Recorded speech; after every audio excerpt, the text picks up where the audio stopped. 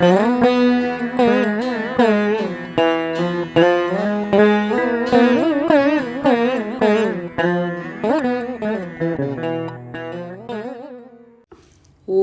ஸ்ரீ ஞான ஆஞ்சநேயரே போற்றி போற்றி. அன்பு எனும் அமிர்த ஆற்றல் ஆன்மாவின் குளிர்ந்த பாதரச ஒளியினால் உருவாகும். வெள்ளி எனும் ரச ஒளியும் அன்பினை சார்ந்த உணர்வு அலைகளையே உருவாக்கிடும். மாய நிலைகளில் சிக்குண்டு தவிப்பவர்கள் யாவரும் ஆன்ம ஒளியின்றி நிலைப்பவர்களே என்றுணர வேண்டும். ஆஞ்சநேயராக கருதப்படும் எமது தன்மை என்பது சரணாகத நிலையாகும். எமது வெள்ளி ஆற்றலை ஏற்பவர்கள் யாவருமே சரணாகத நிலையினில் ஓங்க காண்பீர்கள். எதனையும் எளிதாய் ஏற்கும் பக்குவம் உருவாகும்.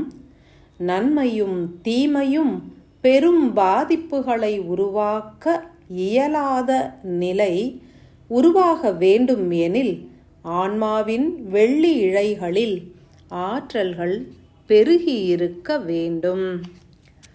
பரமனை நெருங்குகின்றோம் எனில் ஆன்மா பரவச நிலையினை எய்திடும். பரவசம் ஓங்கினால் அமிர்தம் சுரக்கும். அதனை ஏற்கும் மானுடர்கள் எந்த ஒரு தருணத்திலும் கலங்கிட இயலாது. இறைவனை தவிர வேறு எந்த மானுட ஆன்மாவின் செயல்பாடுகளும் பாதிப்புகளை நல்கிடாது. பந்த பாச மாய வலையினில் சிக்கி வாழ்பவர்கள் முதலில் எமது வெள்ளி ஒளி இழையினை பற்றி சரணாகத நிலையினை எய்திடுங்கள். ஏனெனில் எந்த ஒரு அமில கழிவுகளும் பல்வேறு பாதிப்புகளை உருவாக்கினாலும் சரணாகதம் எனும் ஏற்புடைமை உருவானால் இறைவன் கழிவுகளையும் நல்லாற்றல்களாய் உருமாற்றியே அருளிடுவார். வெள்ளி ஒளி என்பது எந்த ஒரு மானுட ஆன்மாவிலும் எளிதாய் கலப்புறும். ஏனெனில் அதன் இயற்கை உணர்வு நிலை என்பதே சரணாகதமாகும். தாமிரமும் தங்கமும் ஒன்றோடு ஒன்று கலப்புற்று ரசவாத நிகழ்வுகளை உருவாக்குகையில் பெரும் அமில கழிவுகள் உருவாகும். எனினும் சரணாகத நிலை ஓங்கி நின்றால் அனைத்து நிலைகளுமே மாற்றம் அடையும். அனைவரும் தெய்வங்களின் வெள்ளி ஒளி இழைகளை பூரணமாய் பற்றிடுங்கள்.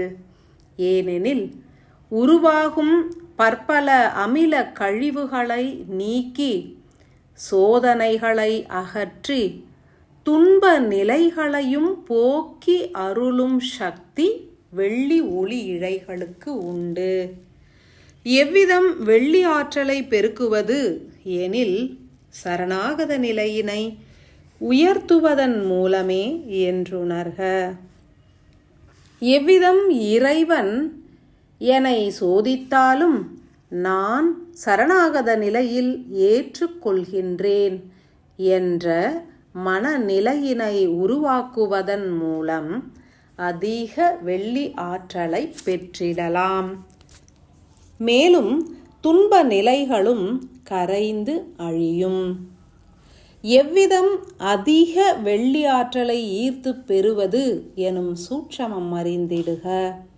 மனிதர்கள் உணர வேண்டிய ஓர் நுணுக்கமான சிந்தனை குறித்தே யாம் இத்தருணத்தில் எடுத்துரைத்திடுவோம்.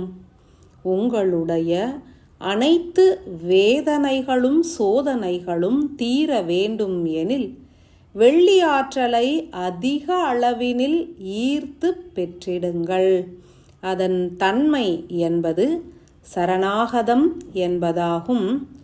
வெள்ளிக்கோள் என்பது லக்ஷ்மி தேவி எனும் தெய்வ சக்தியினால் ஆளப்படுகின்றது. அனைவரும் வெள்ளிக்கோளினை பணிந்து அதன் அதீத ஆற்றல்களை ஏற்பதற்கு லக்ஷ்மி தேவியினை உருகியே பிரார்த்தனை புரிந்திடலாம். லக்ஷ்மி தேவியினை போன்று சரணாகத நிலையினில் ஓங்கிய தெய்வம் வேறு எவரும் இல்லை. அதன் பொருட்டே செல்வத்தின் அதிபதியாகவும் வளமான வாழ்வு அருள்பவராகவும் திகழ்கின்றார். விஞ்ஞானபூர்வமாக அறிந்திட வேண்டும் எனில் மனிதர்கள் வெள்ளிக்கிழமைகளில் அல்லது அனுதினமுமே விடியும் முன்னர் வெள்ளிக்கோளின் ஆற்றல்களை உணர்ந்து ஈர்த்து பெற வேண்டும். தூய நீராடி தீபங்களை பொருத்தி லக்ஷ்மி தேவியினை முன் விடியலில் உருகி பூஜிக்கும் தருணம் உள்மூளையில் உள்ள வெள்ளி சுரபி எனும் அற்புத கருவியானது வீரியமாய் சுழலத் துவங்கும். அதன் மூலம் வெள்ளி ஆற்றலும் பெருகும். மனிதர்கள் லக்ஷ்மி தேவியினை துதிக்காவிடினும் வெள்ளிக்கோளினை கண்ணுற்று அல்லது எண்ணத்தினில் ஏற்று ஆழ்ந்த தொடர்பு நிலையினை உருவாக்கி, வெள்ளிக்கோளே உனது ஆற்றல்களை பொழிவாயாக என்றுமே பிரார்த்தனை புரிந்திடலாம்.